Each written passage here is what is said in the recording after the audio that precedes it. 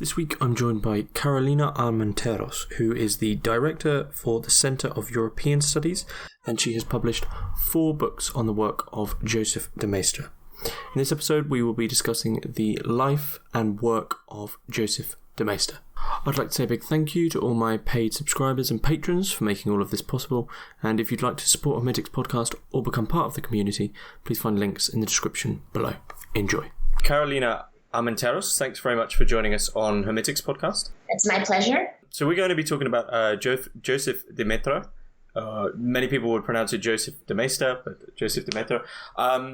Before we jump into his work fully, could you just let us know how you first came across de Maistre's work and what it was that really interested you about it? Well, I came across it in a library when I was a PhD student and preparing a thesis proposal on a completely different subject. And I was instantly drawn to the beauty, the clarity, and the emotional depth of Maistre's prose. These pages had been written centuries ago, but they still shook with the man's feelings. There's something about the way he writes that just carries you on. Whether you like what he says or not, whether you agree with him or not, you want to keep reading. I also admired his attempt to use his intellect in order to sound reality and try to understand why human destiny unfolds the way it does. There's a certain spiritual and existential quest in his work. Most writers just make arguments for social or political reasons, but in Maistre's thought, there's also an attempt to understand why we are here and what our place in the world is. And he displays the mystery of existence before you in really clear and beautiful language.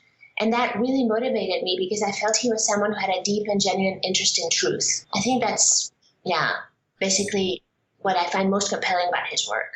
So for you, he's far more than a historian for you. Yes, what I really liked was the fact that he was really, the French Revolution really traumatized him, because it was completely unexpected.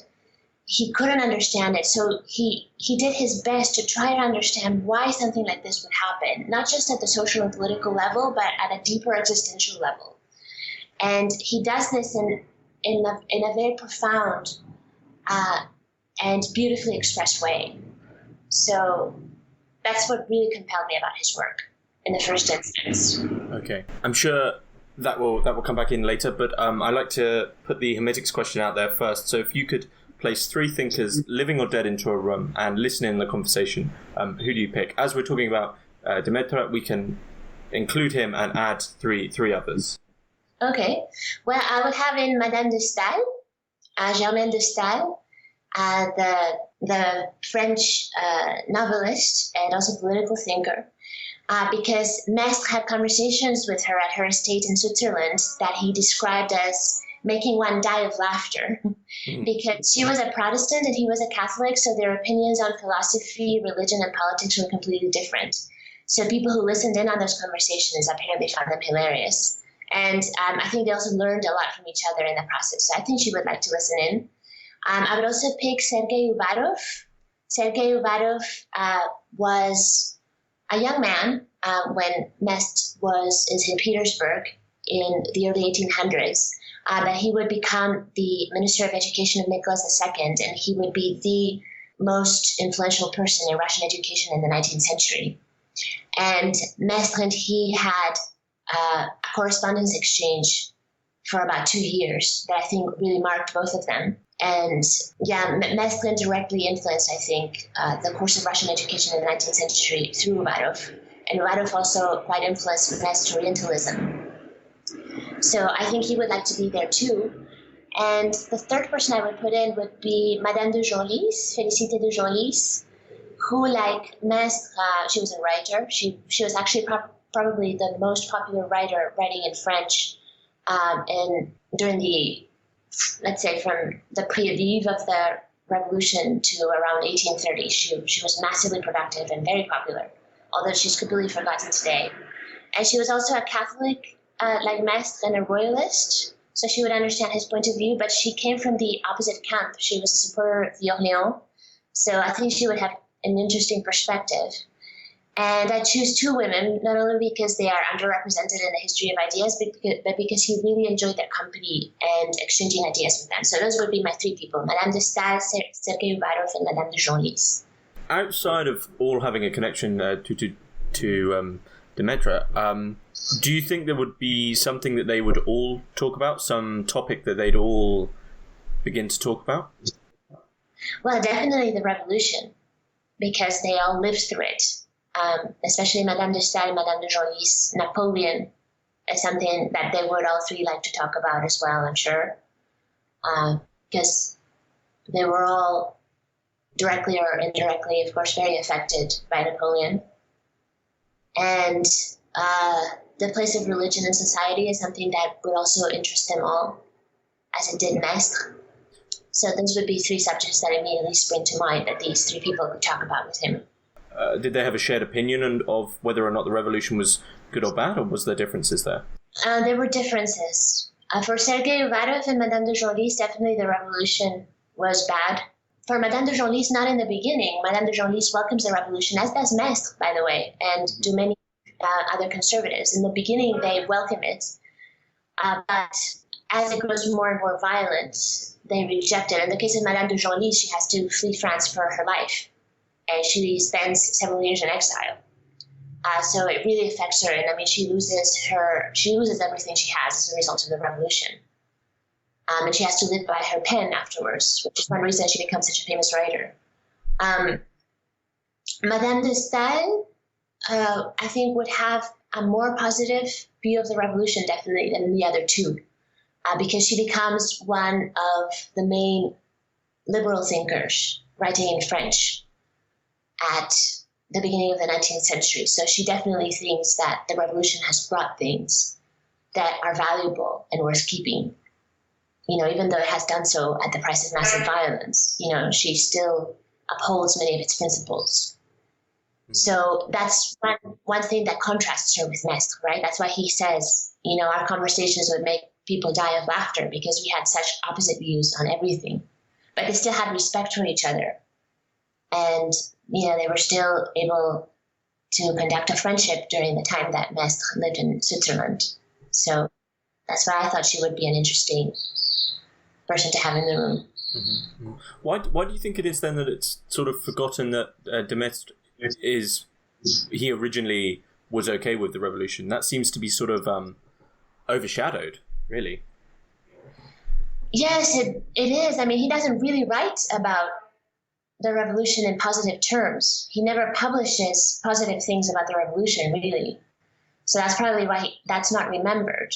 The way that you know that he initially welcomes the revolution is by reading his correspondence. I mean, he initially welcomes it as, you know, long-needed and much-needed reform. You know, that's when the revolution starts. He says, well, at last it's happening, right? France is going to get its act together. Because he's very much of an enlightener before the revolution happens. So he's very much, you know, a reader of people like Voltaire and Montesquieu and Mirabeau. So, you know, in the beginning, he thinks the revolution is a wonderful idea.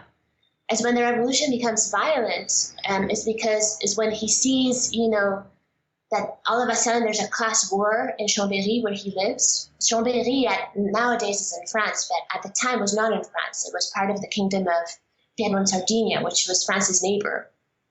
So he sees things like pregnant women getting beaten on the way to mass. He sees, you know, the bourgeois turning against the aristocracy.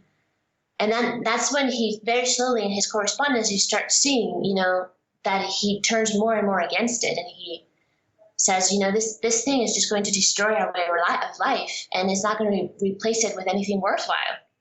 It's just going to destroy everything we have. It's going to cause massive violence and massive suffering, and it doesn't have anything to replace it with. So, but that's a gradual process for him, right? And in the end, he becomes so uncompromisingly against the revolution that he is the only member of the Savoy Senate to get on a horse and just ride out of Savoy when the revolutionary army comes to invade Savoy. He leaves everything behind. He takes his family. He sends his family across the Alps to Italy because at the time, you know, Piedmont-Sardinia is also the kingdom of Piedmont-Sardinia. Of course, it's also in Piedmont. So he sends his family to Piedmont. And he himself gets on a horse and he just rides away to Switzerland. And he leaves everything behind. He loses everything. He'd rather lose everything than live under a revolutionary government. By then, that's how evil he thinks the revolution is. So he wasn't naturally the reactionary we commonly make him out to be today. His tendencies, his counter-Enlightenment writing and tendencies and thoughts, these primarily grew out of experience then? I would say so, yes. Because, again, he's very much an enlightener before the revolution. I mean, he's a deeply religious person always. He grows up in a very Catholic environment. But his Catholicism by no means precludes him from embracing the Enlightenment in his early years. It's only when the revolutionary violence comes that he has a complete change of heart and mind. So in a sense, the revolution makes Maistre. You know, the Maistre that we know today is definitely made by the revolution. And do you think that's where his character is quite famous? What do you make of his character? And do you think that's why he's sort of had to build himself in that way? Is because in my research for this, his life is after the revolution is a series of there's a lot of despair, and it's extremely sad life. Do you think this is what really built up his character? Yes, because when you look at his pre-revolutionary writings and his pre-revolutionary correspondence, you find someone who is actually quite lighthearted, playful, obviously very highly intelligent and erudite, but someone who's having a pretty happy life. He's very sociable. He's a member of the Masonic lodges. He loves socializing with the Masons. He has a happy family life. He comes from a very closely knit family. I would describe pre-revolutionary Maistre as a pretty, happy-go-lucky kind of person. Obviously brilliant, obviously, very good writer, always from the beginning. But, kind of lighthearted and playful. Nothing to do with the kind of thundering prophet of doom that we know after the revolution. That's a completely different person. Is there key moments, do you think, which really affected him? I mean, I understand that he didn't see his family for years. So do you think that there's some key elements of his biography which really drove it home that the world was the cruel reality he eventually saw it as? Yes. I mean, aside from the revolution itself, which of course is deeply traumatic because he has to leave Savoy, he has to leave everything he knows, his entire life behind. He loses all his property. Aside from that, he's appointed as regent of Sardinia, the island of Sardinia. So basically he becomes the chief magistrate of Sardinia. And he spends 2 years there with his family. And this is a huge reality check for him because the viceroy of Sardinia at the time is the brother of the king. And the brother of the king executes a man, possibly more than one man that we know of. And he seems to execute him just for personal reasons. Basically, this man seems to be framed. Mm-hmm. And he's executed. We don't really know exactly why, but he's executed just because the viceroy doesn't like him or thinks that he's against him or whatever. And Maistre investigates the man's case deeply, and he comes to the understanding that this man has been framed, and that he has been framed by people very close to the viceroy, if not by the viceroy himself. And he pleads for the man's life, and the man is executed. And Maistre is someone who's obsessed with justice from an early age. I mean, aside from that, he's a magistrate. He's a judge by profession, so he has to be obsessed with justice. And so this really affects him. It's not something that he enunciates directly because, in that culture at that time, people were not as, forthright with their feelings and with their innermost thoughts as we are today. But he gives indications in his correspondence later on that this really traumatizes him. I mean, years later in St. Petersburg, he's waking up in the middle of the night thinking about this. And it spoils his relationship with the reigning house because obviously the Savoy dynasty knows that they have been executing people for no reason. and that he's against it.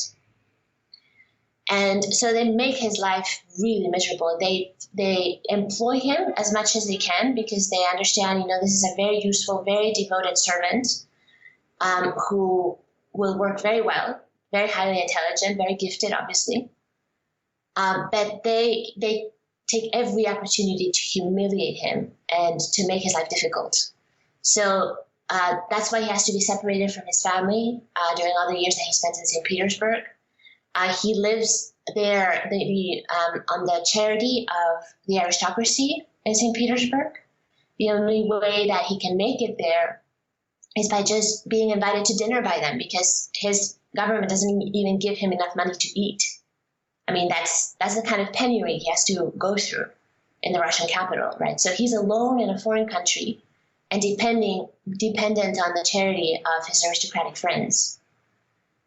So that, I think, definitely adds to the gloom, right? Mm-hmm. I mean, his personal circumstances were very difficult. Is there any ray of hope at any point for him where that he clings to? Well, he manages to make his family come in the end because he starts working for the Tsar. The Tsar really appreciates his mind. He takes him on as a counselor for a while, and so he gives him the economic means to get his family home.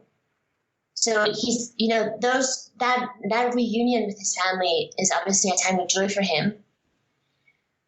But it doesn't last very long because afterwards he's expelled from Russia because he and the Jesuits that he's friends with become very successful at converting people to Catholicism. And when the nephew of Golitsyn, who is a highly placed minister, converts to Catholicism, that's the last straw, and the Tsar just asks for Maistre and the Jesuits to leave Russia. So that time, of happiness in Russia doesn't last very long. Then he's back to Turin, and there, of course, in Turin, the king continues to humiliate him. So he dies, kind of sad. I mean, obviously with a happy family life, but frustrated in his public ambitions. The king sidelines him and, just tries to put him out of sight as much as possible. Did that sort of exile from Russia, did that taint his idea of Russia? Because he even said that Russia could become the new Rome while he was held there sort of by the aristocracy, as you say. Did after this sort of exile, did he also change his opinion about Russia? Well, there's a kind of bitter piece that he writes that doesn't mention Russia, but it's fairly clear that he really means Russia. And it's a piece where he criticizes the Tsar for having embraced the dream of uniting Europe on a Christian as opposed to a Catholic basis. So I would say that, yes, his expulsion from Russia definitely taints his image of Russia. He has a lot of hope at one point of getting the Orthodox and the Catholic Church very close together, in part through these conversions that he's effecting. And then when he's expelled, he just realizes that the Tsar is just not going to go for Catholicism or even a rapprochement to Catholicism. And he criticizes the Holy Alliance in the end is what he's doing. The Holy Alliance was this treaty that was signed between various European Christian kings, pledging to unite Europe on the basis of Christianity. And that doesn't really gel with Maistre because he thinks Europe should be united on the basis of Catholicism, not Christianity. He doesn't want the Protestants in there. And even the Orthodox Church, he wants it to embrace the Pope, right? So, yeah, it does taint his image of Russia, this exile. This might seem like a silly question, but what is Catholicism for Maistre? Because obviously it's his personal religion, and for many people it would be their sort of guiding path, but it seems to be something more, much more for him. Yes, exactly. The thing is, Maistre becomes a founder of political ultramontanism. So ultramontanism, that the word means beyond the mountains. It's the view that the Pope is the supreme head of the Catholic Church, which nowadays is something that we take for granted, but in the late 18th and early 19th centuries, it is not something to be taken for granted at all. because the opposing view is Gallicanism, or the idea that every national church should, guide its own destiny in a more democratic manner, obviously, deferring also to the Pope, but the Pope is a much less important presence or, guiding principle than he is in Ultramontanism. The thing is, the French Revolution throws most Catholics in the arms of the Pope when it forces the French clergy to sign the Constitution of the Clergy of 1790, where basically the French clergy is pledging allegiance to the revolution. So most French clergy are not willing to sign this document because their allegiance is to the church, it's to the Pope. So when the revolution asks this of the French clergy, it kind of throws the church in the arms of the Pope. So it's from the revolution onwards that Ultramontanism, which had always been there, obviously, as a current of Catholic thought, becomes really dominant. And Maistre, through his book on the Pope, is the founder of political Ultramontanism. And I have argued in my work that because he becomes so disillusioned with kings as a result of his experience with his own king, at the end of the day, his political testament is not so much monarchism as Ultramontanism. He really lays his political faith at the feet of the church. So that's something that's very important to understand, because Maistre is always thought of as a monarchist, but at the end of the day, what kind of government is in place is much less important to him than whether that government is Christian and especially Catholic. So his Catholicism, as you say, is much more than a personal faith. It's also ultimately his political faith. At the end of the day, that's kind of the political solution that he finds when he realizes that, monarchs like his king are just not very reasonable people a lot of the time.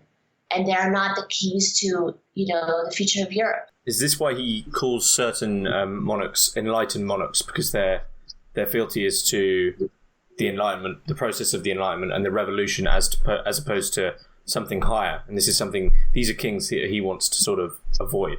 Yes, that's the thing, is one of the reasons that he's so depressed after the revolution is he says kings are sliding from their thrones. They're no longer as enlightened as their ancestors. They are embracing the revolution. They don't have the foresight to see that, their power to rule comes from God, and so it's to the church, it's to the divinity where their allegiance should lie, and not in revolutionary principles. But see, at the end of his life, he becomes so despondent that he even tells his daughter, my book, referring to on the Pope, will only do evil, because he very clearly sees it's actually the left who will take the most interest in his work, which is true. And that's because he's realized that the revolution has slipped into the finest cracks of even his own thought. You see, so, at the end of the day, he's not just disappointed with kings, he's even disappointed with himself.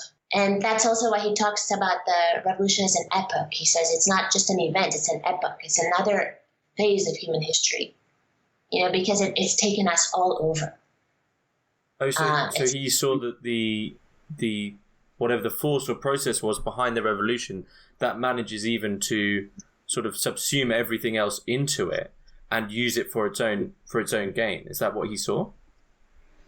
Yes, he just sees the revolution as an overwhelming punishment from God that you simply cannot rise above. So he criticizes kings for not being able to rise above it, but ultimately he also criticizes himself for not being able to rise above it. And it's understandable, because his thought is so indebted to the Enlightenment. It's so indebted to the thought that made the revolution possible. And he seems to understand the revolution as built on this rationality, as something which is destroying but doesn't really have anything to build in its place. From my research, I remember him mentioning that it was built on rationality. I'm just wondering what you make of that. Yeah, it's definitely his view of the revolution. And the thing is, you have to understand that because he's a Catholic and more generally a religious and a spiritual person, he understands that logic and rationality are not things that can embrace the whole of existence and human life experience. Logic and rationality are wonderful tools when it comes to survival, but when it comes to things beyond survival, they have their limitations. In the case of government, what makes people adhere to it is not entirely a rational choice. There's something deeper that goes into that process of adherence that is at the very least emotional and that cannot be enforced through mere argument. And Maistre is one of the few modern thinkers who understands this and talks about it. Now, in the case of the French Revolution, Maistre sees it as blatantly limited in terms of its capacity to command the adherence of the French people. This is a sort of taboo subject that is not really talked about by historians. The majority of the French population actually didn't support the revolution. Maistre observes this in a satirical pamphlet that he wrote that's called The Bienfaits de la Révolution Française, or Benefits of the French Revolution.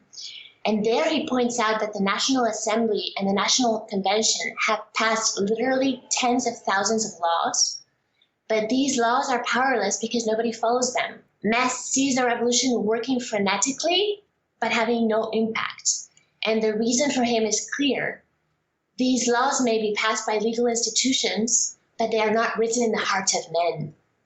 And the revolutionaries themselves realize this very well. For instance, Mirabeau, during the early years of the revolution, proposes a program of public instruction to, as he puts it, possess the souls of the French people. He realizes that the revolutionary government just doesn't carry the legitimacy that the monarchy and the church do, and that the government has to monopolize education to fill the void that they have left. And in fact, this is the reason that to this day, no private universities exist in France, right? Because after the revolution, the government tries to monopolize education in an effort to possess the souls of the French so that people actually follow the laws. And so from the beginning, the revolution is plagued by its inability to build in the place of what it has destroyed. And Maistre attributes this to the fact that its rational laws are not in sync with the eternal, divine laws that God writes in our hearts. And this is not his idea, by the way. This is part of a very long theological tradition in European thought. At least since the Middle Ages, Europeans believe that it is conscious or unconscious knowledge of, and especially love for, divine law that motivates people to cooperate with government. And it is in this context that Maistre is criticized in the revolution for being too rational to actually bear fruit. And that's why he makes such emphasis also on time as a legitimating element of true and effective government. It's funny that you say that people weren't, they made tens of thousands of laws, but people weren't abiding by them. It almost seems to me that in a political way, specifically, or political theological way, de Maistre is almost like proto-Nietzschean in the sense that he's beginning to understand that this revolutionary event is going to cause an abandonment of God, and in turn, people aren't going to have this sort of meaning. Is this sort of how he began to understand it? Yes. I mean, the revolution doesn't just have social and political consequences. It obviously also has individual consequences, right? I mean, he thinks of it as kind of this rotting, agent. And I mean, the only reason that society and politics is rotten is that first, the individuals that make it have to be rotten in some way, right? Mm-hmm. So the problem with the revolution and the materialistic thought, the rationalism that's behind it, for Maistre, is fundamentally that it animalizes people. It makes them compulsive. So he has this esoteric idea of, not just necessarily esoteric, also Christian idea, religious in any way, of humans as divided into the body and the soul, so the animal and the angel. Mm-hmm. So for him, the problem with the revolution is that the angel in humanity is getting snuffed out. And so only this kind of compulsive animal is left. The kind of animal that, will go and drink the blood of the guillotined victims during the terror. That kind of animal. Mm-hmm. So, yeah, that's his view of the revolution as something because of its impiety, because of its radical materialistic rationalism,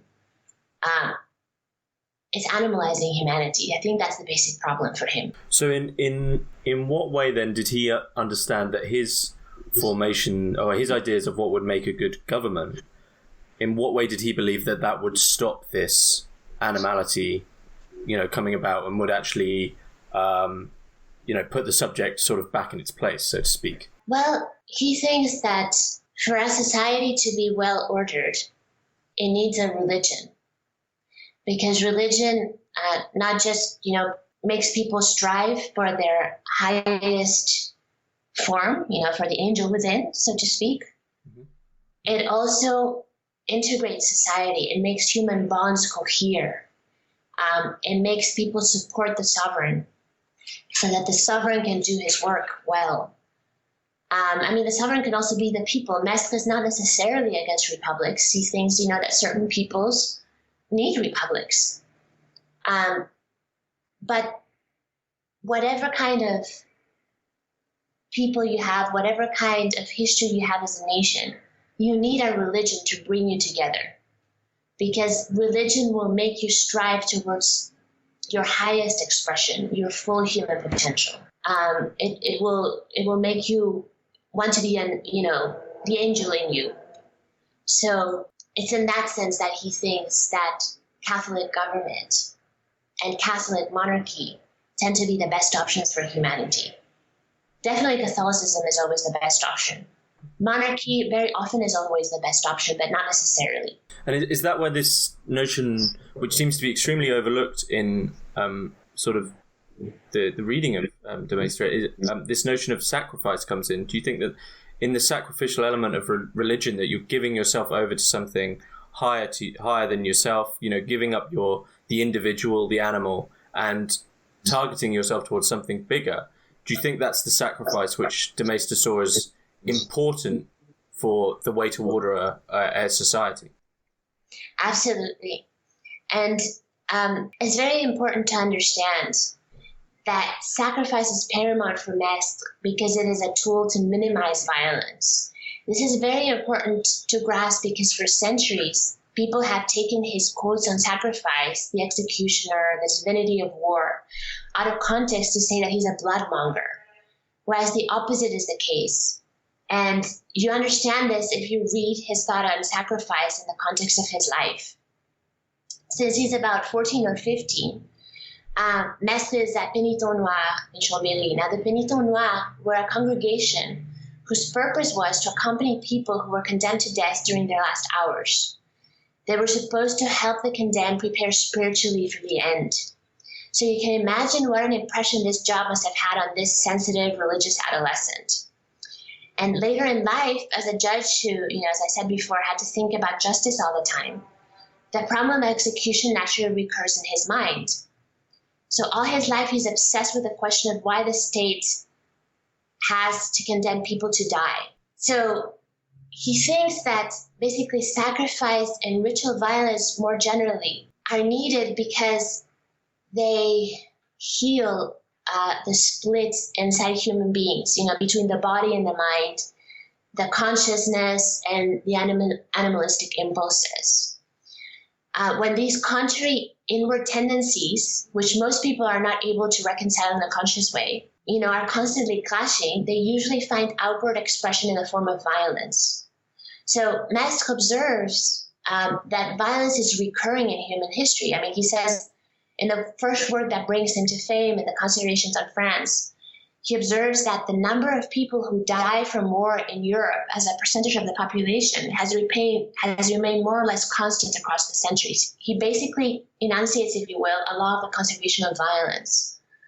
So the whole point of sacrifice is to channel violence ritualistically so it doesn't find massive and uncontrolled expression in things like war and revolution. So sacrifice for him is the key not just to social integration, but to existence itself, because it has the capacity not only to prevent social cleavages, but to reconcile the contrary impulses, within a human being.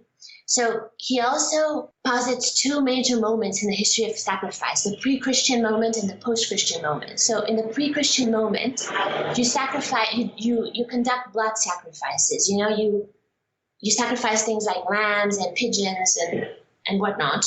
And after Christ gives his life on the cross, he argues that sacrifice has changed because now it's become possible for you to be a willing victim, like Christ was a willing victim. So if you actually offer yourself in sacrifice, you don't need to conduct blood sacrifices anymore, because every moment of your life can be a joyful sacrifice if you conduct it properly, right? So if you very willingly, very joyfully give yourself to something, it can be something as small as doing something joyfully that you don't like.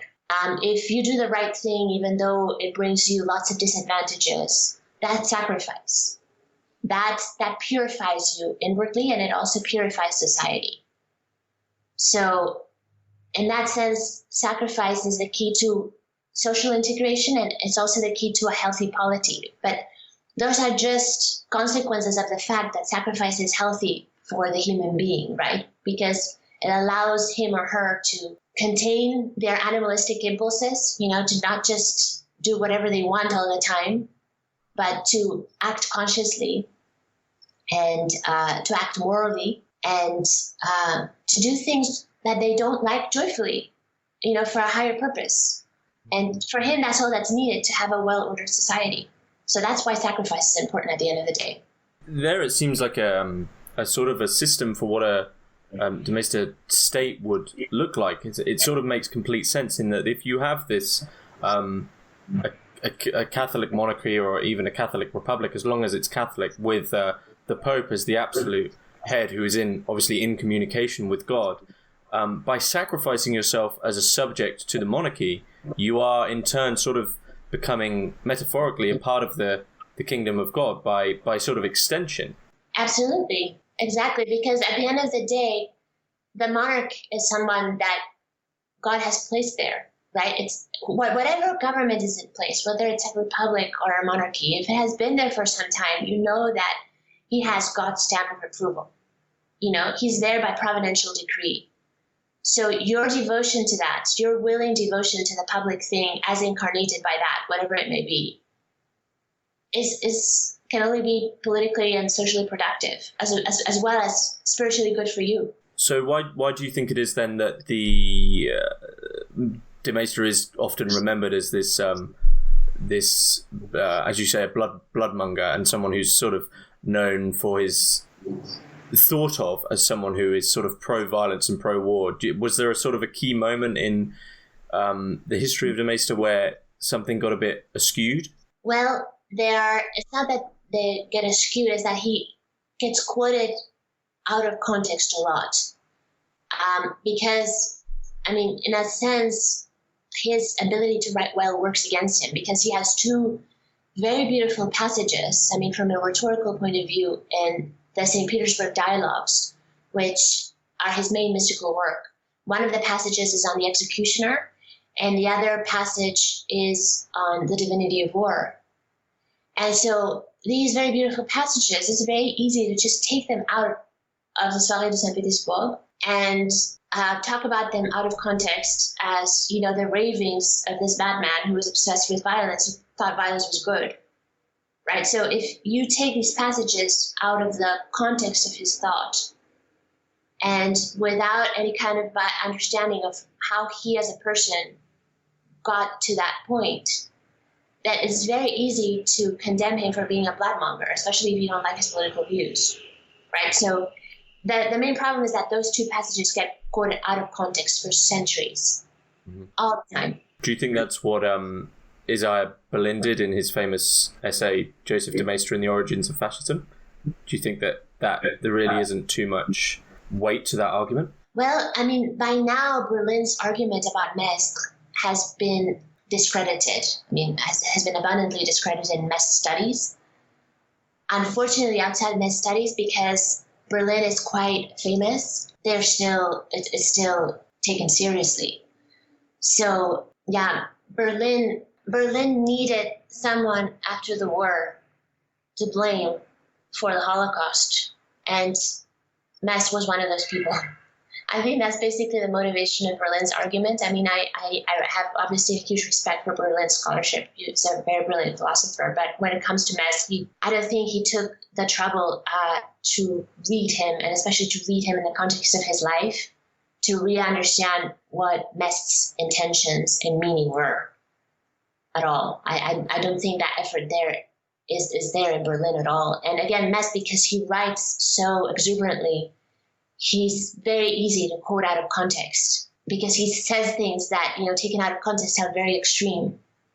But yeah, Berlin's argument about Maistre and the origins of fascism is just one more example of the way in which Maistre is consistently read out of context. Why do you think it is that he has sort of been somewhat forgotten, as opposed Burke is remembered as sort of the founder of modern conservatism or classical conservatism, and other reactionaries are sort of remembered, but de Maistre is often forgotten. Why do you think it is because of this misconception? That's part of it, definitely. The fact that people think that he was just this kind of bloodmonger, that he was so authoritarian in the tone of his writings. When his correspondence was published after his death, people were amazed to discover a very humane, kind, generous, devoted individual. But in his public writings, he played this autocrat because he felt that was needed in the time of the revolution. He thought that authority had to be relegitimated, so that's the persona he plays in his public works. That's definitely one of the reasons. Another reason is that he's so forthrightly a theocrat and a Catholic. Not only did he think that religion was necessary for political society to be healthy and flourish, he also thought that Catholicism was the religion most apt to do this everywhere in the world. These were dangerous views to uphold in public when you consider that the Enlightenment had already happened and that the purpose of the Enlightenment was to écraser l'infâme, crush the infamous one, as Voltaire put it. So, I mean, at the end of the day, this is kind of the elephant in the room that nobody talks about. But the purpose of the Enlightenment in its French manifestation is the destruction of Judeo-Christian culture, and most particularly of the Catholic Church. And whereas someone like Burke was, by the way, probably also a Catholic, but he kept it a secret. He had to because he was writing in 18th century Britain. Burke keeps his religion is not so important in Burke's thought. Burke argues on the basis of what works best. Burke is a pragmatist. His arguments are very pragmatic. He's not a metaphysician. He's not a defender of authority. He's by no means a theocrat, or if he is, he keeps it to himself. So I would say those are the main reasons that Maistre has been so ignored. His theocracy, his Catholicism, his reputation as a bloodmonger, his authoritarianism, and the fact that he expresses these things so forthrightly. And he puts them at the center of his system of thought. He's not trying to defend them in an indirect way. He's not trying to create a certain atmosphere so that people will go in a certain direction. He's being very forthright about what he thinks is best. And those things are not the things that have won, the war of ideas by any means. You said something really interesting there that I just want to ask about. You said that the French Revolution was trying to destroy Judeo-Christian culture, but it really isn't remembered as something that's doing that. How do you see it remembered, and why do you think that its destruction of that culture is pushed aside then? Why is it pushed aside? Do you mean, why is it not openly said? Yeah. Well, obviously because there's more than 1 billion Catholics in the world. And,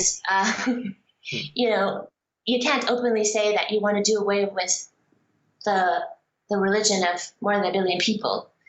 So, but I mean, if you look at the writings of the French Enlighteners, it's very clear that what they're after is the destruction, not just of the Catholic Church, but of Judeo-Christian culture. And they want to replace it with their philosophy because they think that if they do that, humanity will advance in a material sense and that this will provide happiness to humankind.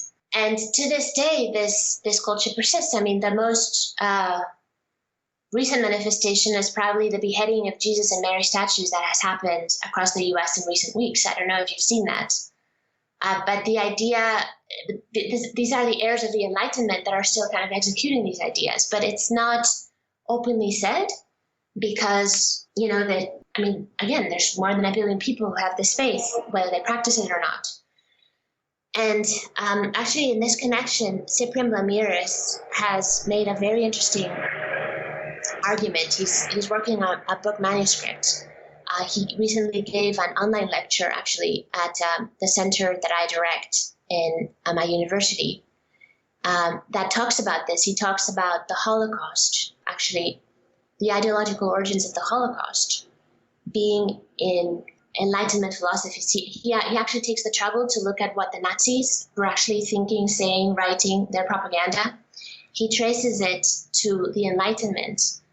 And he argues, actually, not only was the Enlightenment after the destruction of Judeo-Christian culture, but the next step of the Holocaust after the Jews was supposed to be the Catholics. But again, the Nazis couldn't openly say it because there's just too many Catholics. They needed those Catholics for the war effort for so many things. Right, so yeah, the Enlightenment is about not all the Enlightenment, not the whole of the European Enlightenment. I'm talking about the Enlightenment specifically in its French expression. It's definitely about the destruction of the Judeo-Christian culture. I mean, that's what Écraser la femme in Voltaire's work means. And it's sort of strange that in terms of scholarship, though, that's sort of ignored in terms of it seems that the Enlightenment is generally seen as something that's wholly good. And what de Maistre went through is, in terms of biographies, and the horror of it all is completely ignored. The horror of the revolution. It seems to be ignored in terms of people who want to still, as you say, promote the ideas of the Enlightenment and the ideas that have come from the Enlightenment, which are seen as, the absolute good. Yes, I mean that's why it's the elephant in the room, right? It's very clear. What I'm saying is not, I think, revolutionary. If you open the works of any of the philosophes, it's very clear that's one of their major aims. Madame de Genlis is one of the people that I put in the room to listen in on this conversation. At one point, D'Alembert offered her to become the first woman to be a member of the Académie Française on condition that she stopped writing about religion. Because she was a very popular writer, because a lot of her writings were about religion. And that's what people were interested in at the time. It was about Catholic pedagogy and so forth. And she refused, and the philosophes made war on her for the rest of her life. They took every opportunity to put obstacles in the way of her progress, to the point that if she went to the theater, they would make the crowd turn at her and boo her, so she would leave. That's the kind of persecution that they imposed on her just because she wrote about Catholicism, right? So, it's kind of obvious, but nobody talks about it. It's the elephant in the room. Do you, maybe this is getting a bit close, but do you think it's not talked about, or do you think it's actually actively ignored? I think most people just don't realize it. I think there are a few people who do realize it and actively ignore it.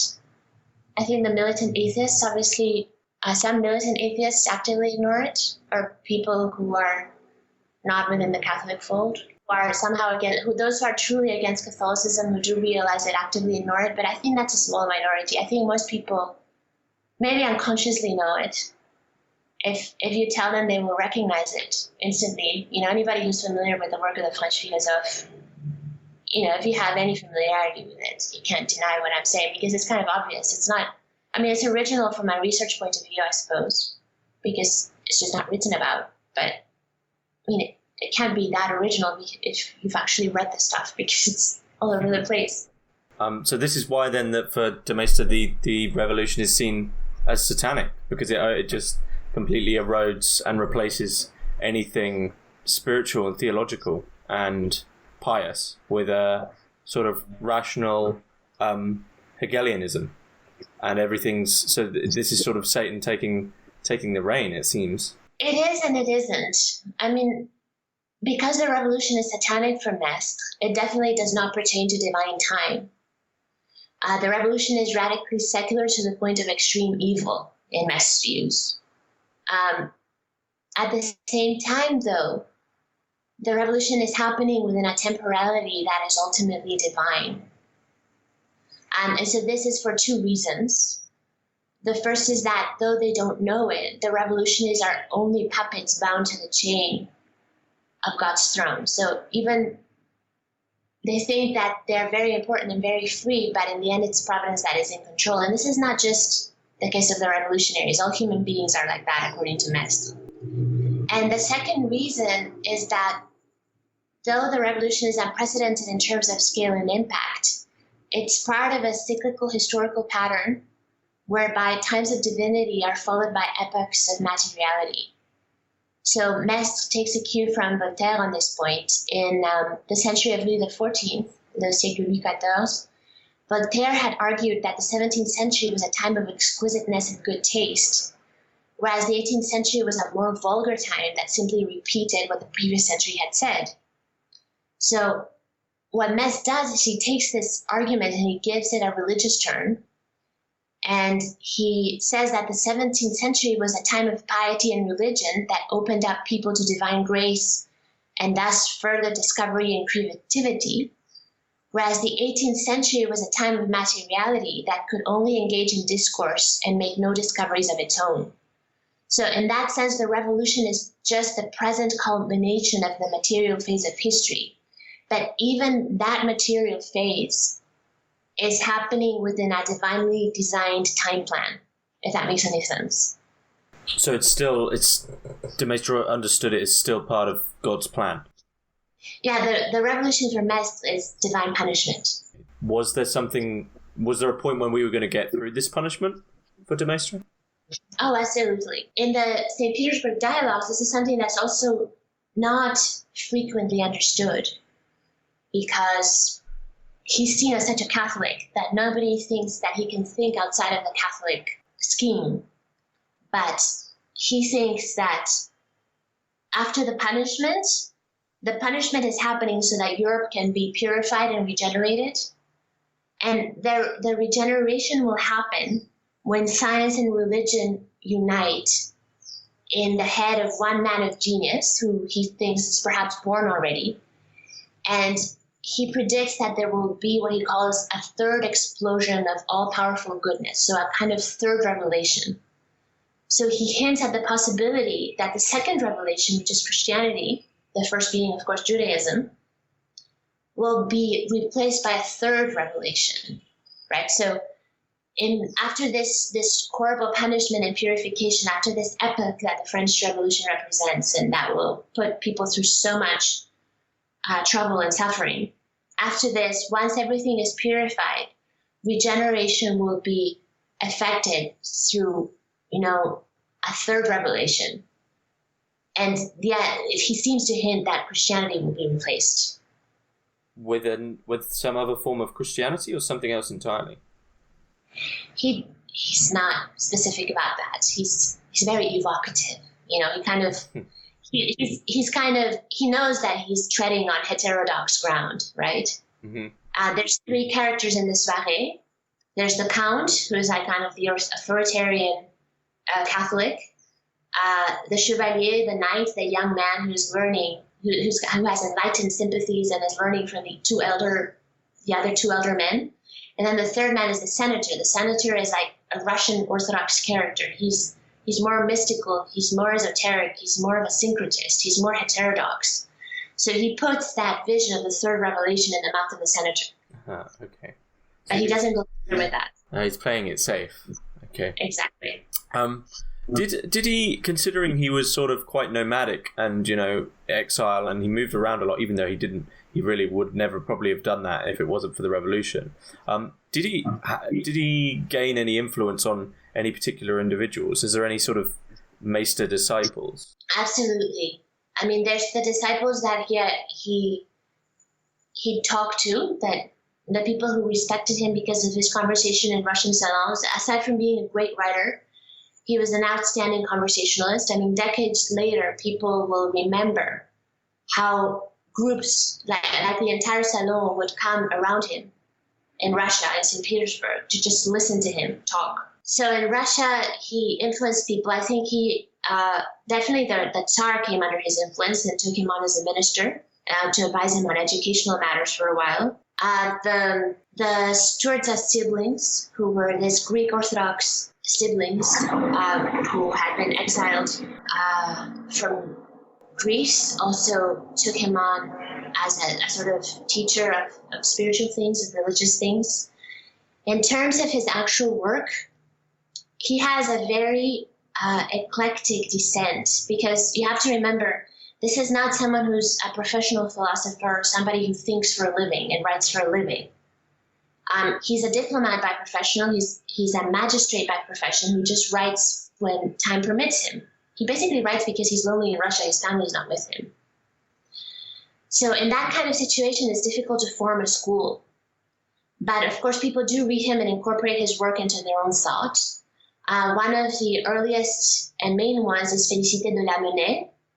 Lamennais was a prominent intellectual figure in 19th century France who started off as an ultramontanist priest, went on to become a Christian socialist, and ended his life as a democratic deist. During the early phase of his life, though, Lamennais is an avid reader of Maistre, though he never acknowledges him in his work. And Lamennais' most famous book, which is the essay on indifference in matters of religion, l'essai sur l'indifférence en matière de religion, is very much Maistrian. He sends it to Maistre in 1817, and Maistre is very pleased to find in the text many indications that the author has read him, as he says, with the utmost attention. And Lamennais' argument that religion binds society together and is necessary for public happiness is greatly indebted to Maistre. Another reader of Maistre is the father of sociology, Auguste Comte. I mean, Maistre is known also as a precursor of sociology. He's the author of the clarification regarding sacrifices, L'éclaircissement sur les sacrifices, which is the first treatise on the sociology of violence. But Comte is interested, especially on the Pope.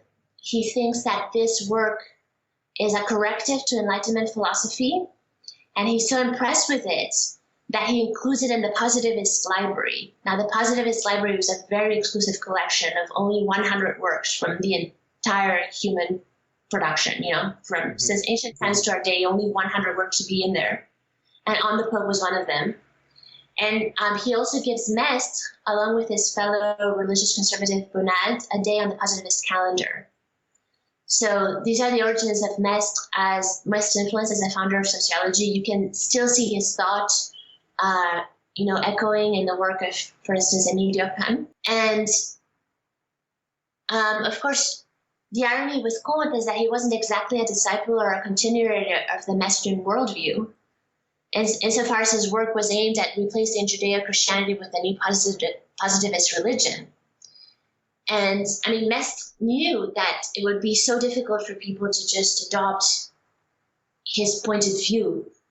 That's why he says to his daughter Constance, my book will only do evil when he's finishing up Du Pape, because he realizes that those who will read him with the most attention will actually be the left, his enemies. And it's because his thought is so indebted to an enlightened thought, So the socialists, the Saint-Simonians, take a lot of interest in him. Enfantin prescribes the reading of Maistre to his disciples, which is very ironic. Buchez, who's another Catholic socialist of the 1830s, is also a big Maistre fan. But this is not to say that Maistre doesn't have his right-wing disciples. I just told you about the early Lamennais. The ultramontanist Lamennais is definitely a Maistre disciple. But there's also Donoso Cortés, he's this erstwhile liberal who becomes an absolutist, or more accurately, a proponent of dictatorship in 1848.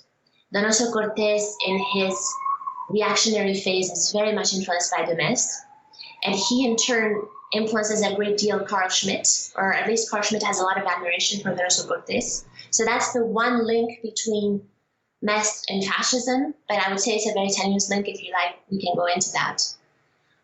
Donoso Cortés, though, also inaugurates Maistre's fame in Spain. So he's read a lot by the Spanish traditionalists, by the Spanish nationalists. Actually, Maistre has an influence on the Catalan nationalists.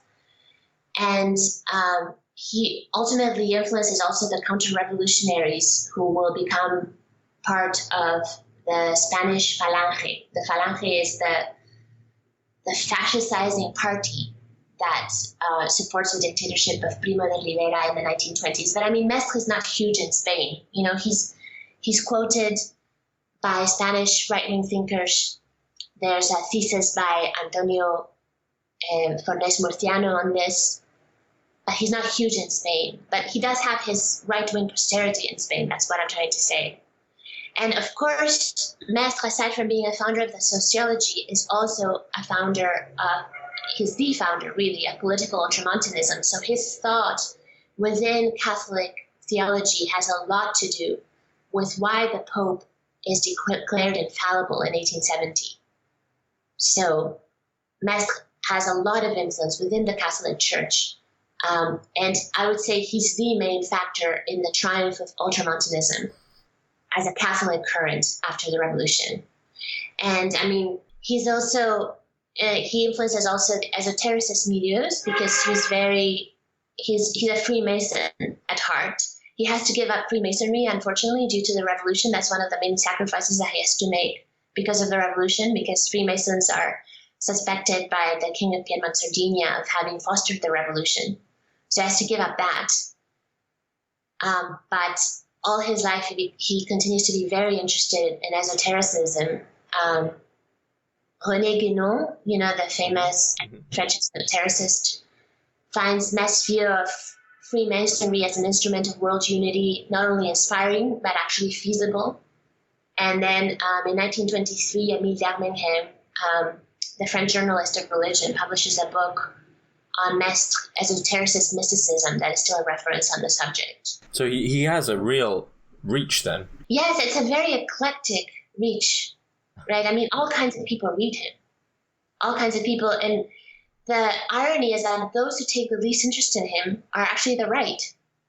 You know, those who are most interested in him are left-wing thinkers. And he realizes this because his thought is so imbued by the Enlightenment. He predicts it. Where would you advise people to begin with de Maistre? It depends on what you're interested in. If you're interested in political thought, I would advise the Pope. Also, if you have an interest in history, the Pope is a very interesting book. If you are someone who is interested in mystical and esoteric subjects, I would definitely recommend the St. Petersburg Dialogues and the Clarification Regarding Sacrifices. They're very beautiful books. The clarification regarding sacrifices is very small. Éclaircissement sur les sacrifices. I think it's now available in English through the Intellects editions that Richard Lebrun made. If you're interested in political thought, also his essay sur le principe générateur des constitutions politiques, the essay on the generative principle of political constitutions, is also very interesting. It's a reflection on why constitutions should not be written down. Maistre is always thought of as an absolutist, but he was not an absolutist in the sense that he thought liberty, it was important to preserve liberty. So there had to be a constitution, but the constitution should be unwritten because the minute that you have to write the rules down, it means that people are no longer keeping them in their hearts, right? So somehow the writing down of a rule means the death of a rule. And I mean, this is a Montesquieuian idea. The reason that Montesquieu's book is called The Spirit of the Laws is actually a reference to 2 Corinthians. For the letter killeth, but the spirit giveth life. Yeah. Do you think that's why de Maistre is sympathetic to laissez-faire economics? Because everything we've mentioned so far, you'd think that he would have a different economic sympathy, but it seems to me that he was pro laissez-faire. Not really, actually. He supported the government's printing of paper money, and especially the assignat, the much-hated assignat. The right hate the assignat. The assignat is actually the money that the revolutionary government printed, taking national assets, and specifically the properties that had been expropriated from the nobility and the clergy as security. So Bonald, for instance, the other religious conservative, denounces the assignat for destroying society, because many citizens lost their fortunes when it depreciated. But Maistre thought that paper money could continue and that its depreciation could be prevented by increasing public confidence in it through better management of it. And also, like many, Maistre criticized the Physiocrats' proposition of a single land tax. And he criticized it because he thought it wasn't equitable, it wasn't fair. He says, there's something equitable, but only in appearance, in the tax that seduced even its adversaries. Jacques Necker also opposed this tax. So the Maistre thought that the tax was proportionate to the production of the land being considered in its mass, and not at all to the wealth or income of the taxpayer. So he thought that taxes should reflect the income of the people who were being taxed. And he thought that a variety of fiscal tools were required in a diversified economy like France, and that essential commodities should be exempt from tax so as not to burden the poor, and that indirect taxes should be imposed on luxury items. So in that sense, he was an advocate of wealth redistribution through the fiscal system. He wanted to tax the rich and, go easy on the poor in terms of taxes. So that doesn't sound like laissez-faire to me. I must have misread him. Is there anything you'd like to add that you do you think is key, or you'd like to add in that you think we've glossed over? Nothing that occurs to me so far. Okay. I think that's a good place to finish up then. Thanks very much for coming on. Well, thank you so much for having me. I really enjoyed this.